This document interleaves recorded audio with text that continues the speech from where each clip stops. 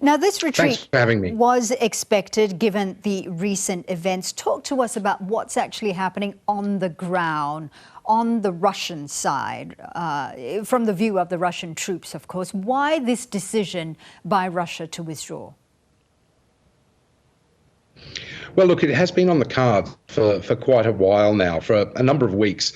It's become fairly evident that the troops that the Russians have in Kherson can't continue to be resupplied. They're coming under regular artillery barrage and also missile strikes from the Ukrainian forces, and the Ukrainian forces themselves are actually stronger in terms of numbers around Kherson. So for a couple of weeks now, the Russians have been, it seems, removing some of their best units, their Spetsnaz units, and replacing them with recently mobilized Russian forces to act as a kind of backstop.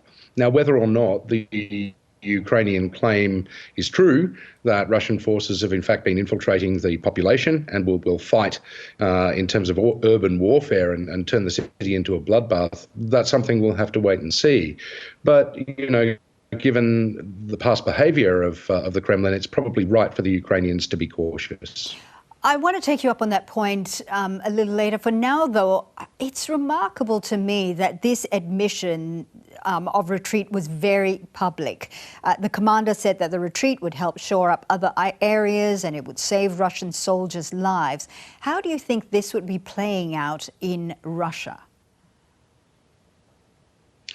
Well, it's interesting, isn't it? This is the first time that an admission of defeat has been officially televised to the Russian people. So it's a bit of a watershed. I think the Russians will probably see this as another setback yet again for their forces, which previously they were being told, were winning on the battlefield. Now that presents a bit of a difficulty for Vladimir Putin, and clearly by putting Surovikin, the latest commander in Ukraine, and Sergei Shoigu, the defense minister, into the spotlight, he's basically setting up the military as those who would be blamed for any further defeats. But as those sort of failures mount up, that tactic becomes increasingly difficult, I think, for Putin to sustain. So this is going to cause, I think, a bit of domestic turmoil. It was interesting, too, that Putin wasn't involved in this announcement at all as well. Well, not publicly, at least. How do you think he will be able to sell it to his Russian supporters? Yes, well, Putin has a habit of not being in the limelight when bad news is to be reported. Look, I think that Putin will respond with his sort of quite depressingly familiar response, which is that every setback needs to be paid for or redeemed in some way by the suffering of Ukrainian civilians.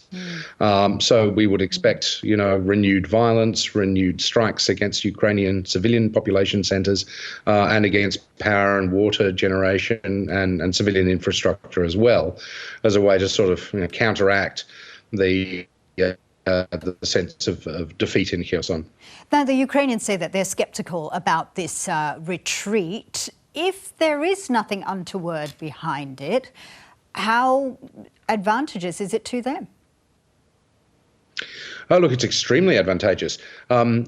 Basically, it means that Russia loses its foothold west of the Dnipro River, and that makes its war aims basically impossible to achieve, because its war aims are all about creating a corridor along the Crimea, from Crimea along the coast to Ukrainian port cities like Odessa, and linking them up with the territory it holds in the Donbass region. And that would turn Ukraine basically into a landlocked country. Without controlling Kherson, Russia can't accomplish that. So it's very, very significant.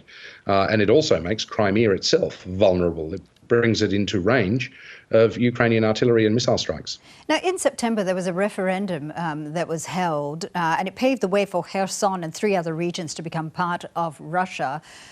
With the retreat, what does this all mean?